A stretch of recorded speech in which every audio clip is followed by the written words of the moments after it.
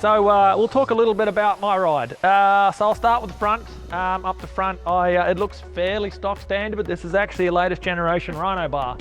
So she's a very well camouflaged, color-coded bar, all steel the whole way around. Consists of my little winch hiding in there, a very well hidden little winch. It's a Runva. Details I'm not 100% sure about. I haven't had to use it yet, sadly. I had to winch someone out, but we used their winch, so I was a bit disappointed with that. Next up, on the front, we've got the lights. So I'm sponsored by Predator, which is a relatively small lighting company, but they do some really good gear. They supplied me with this forward bar and the curved up the top, which we just recently finished with the trip. So we put it through some hard paces and it's done really, really good. The spotlights up the top are brand new. I only fitted them last week. They're not actually hooked up yet. They're just up there for decoration. I haven't had a chance to get into a Sparky to get them hooked up. Okay, so next down the line we'll go upstairs. So upstairs I also have a set of MaxTrax holders angled, so they sit up there out of the way.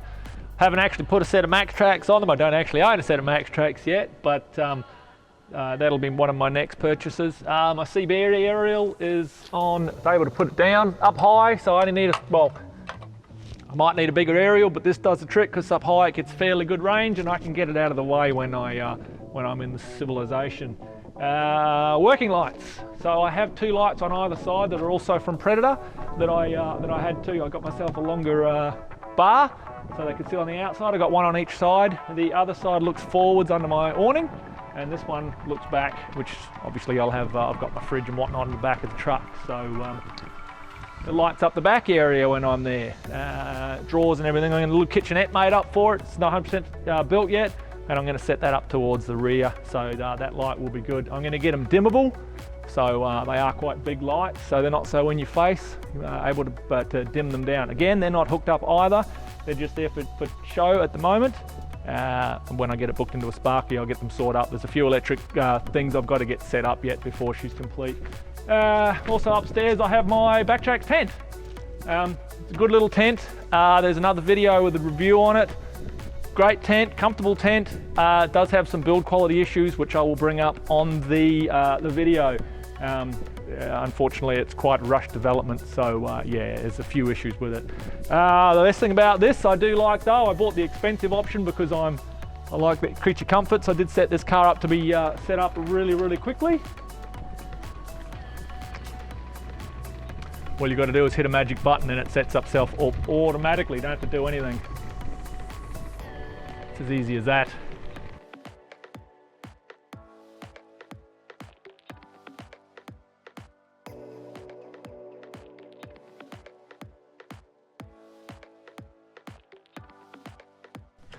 Okay, so that was the tent. We'll go forwards and we'll have a look at my wheels, tyres. Now, the problem when you buy a WildTrak is it comes with 18-inch mags, and unfortunately, not a lot of companies do 18-inch tyres. It took me a little while to find them. I didn't want to throw out the mags. I bought the WildTrak because I like the mags. So if you're having similar issues, I can suggest these Generals.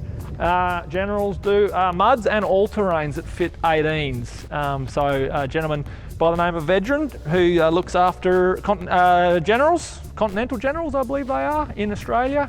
He sorted us out with some really, really nice tyres. They're beautiful.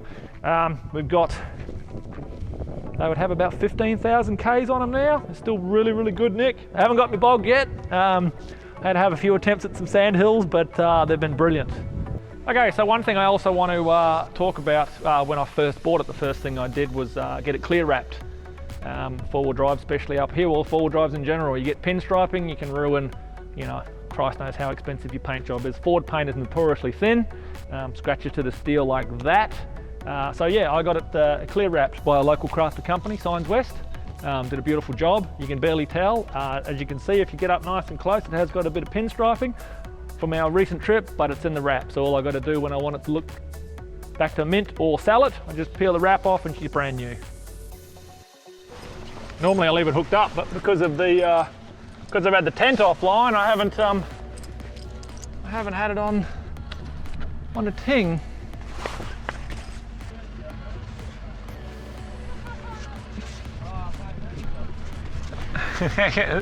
Boys just come up the hill we just came up, having a bit of fun. It's a lot easier from the other side. I should have started from the other side.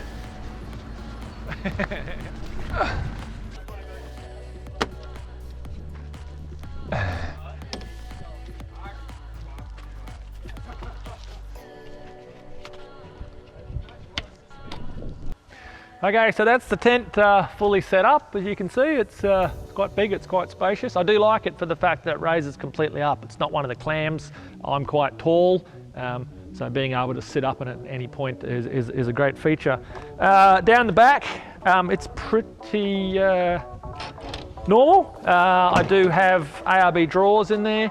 I also have an ARB Summit bar, so she's all steel the whole way around. The drawers and fridge, I got a Evercool fridge.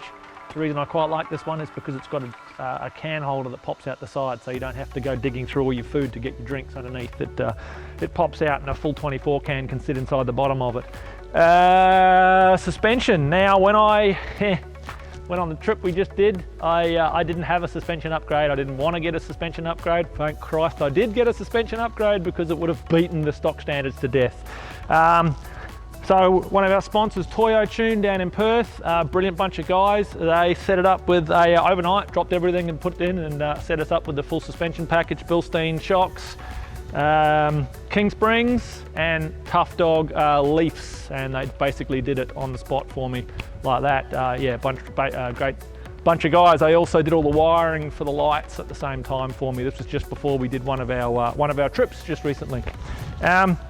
I also have, you can't see it, but dual battery setup in this. I didn't have time to get a proper battery setup. I was going to get a liquid crystal setup, but one of the guys I work with taught me into getting one of the battery boxes, a portable battery box that I've got inside the back of the truck, which is absolutely brilliant. Does the job of running a dual battery. Also, I can pick it up and move it if I have to. So I can take it down the campfire or take it down the creek bed and set it up, and we've got full battery. So yeah, that was a good little buy. Charging it is a bit of an issue. These latest Model 4s have these smart alternators, and in this model you can't turn it off. So charging is a bit of an issue. So when I get it booked into the Sparkies and get all the wiring done, I've got to get a BC-DC charger to up the amp to actually charge the battery. The smart alternator gives you 14 amps for a few minutes after start, but then drops it to 10 to run everything, but of course doesn't charge a dual battery, so it's a bit annoying. Okay everybody, so just a closer look in the back of my truck. As I said, I've got the ARB drawer set up. I have two sliders in the back, so I can pull my fridge out. That one I probably won't end up using, but it's handy to have two fridge sliders. So here's my little Evercool 63 litre fridge. It's a great little doodad. And up the front, I'm hoping you can see it in the light there, it's fading light. I'm hoping you can see it, is my kick-ass battery box. So that's, it's got everything you need, and it plugs into at the moment I've got it wired in through the actual point, which is in the back of the WildTrak to come standard, so that's how I'm sort of charging it with the low alternator. In the front, you should be able to see it, there's my water tank. I've got a grey water tank in there hooked up to my shower. I like glamping, so I have a heat exchanger in the front of the car, and I've got it plumbed underneath the car, so it goes up through the heat exchanger, heats the water up and comes in for a nice warm shower. We've used it a few times. One of the people on our trip used it a lot. He quite liked his showers. But yeah, it's a great little feature. And basically, you just got to run it through the circuit to heat it up to a nice warm temperature to have yourself a nice shower if you are so inclined. So when you're feeling like a hot water shower, it's not hot at the moment though, because the car's been off. But yeah, so that's fully plumbed into the back of the car, so it runs up through the guts of the car, and it plugs in just behind my side step. So when the awning comes out, you can have yourself a nice little shower right beside your awning, and yeah, creature comforts. Stop and start, pump shut there. It's a great little pump, great little setup. I didn't get to use it much on the trip because a milk crate smashed my housing for the pump, so that kind of made it unserviceable for a little while, but it's all good now. Okay, so that's my truck. So the only upcoming things that I want to do to it are rack the side steps off. There's a company called Unique that does a really nice rock slider for these things, looks the part, so I'm going to get one of those. My aforementioned kitchen that's going to go on the back is a drift kitchen. Yeah, so I wanted to get a big one, but unfortunately it won't fit in the one I wanted, so I've got a smaller one, which is fully equipped. As I said, I'm trying to set it up so I can pull up, and I'm done and dusted in a few minutes, and I'm camping. And the only other thing that I'm iffing and ahhing about is an extended range fuel tank. The trip we just did, I had jerry cans, it wasn't an issue. It does only have a 70 litre tank, and with dragging all the stuff through the air, it's not the most fuel efficient. So extended range tank is on my next maybe to-do list. So that'll bring it up to 140, which will pretty much make it self-sufficient. Apart from that, that's about it for my little truck. Thanks for watching my video. Hit like if you enjoyed it, subscribe if you haven't done so already, and if you'd like to help with the creation of these videos, check out my Patreon page from the link above.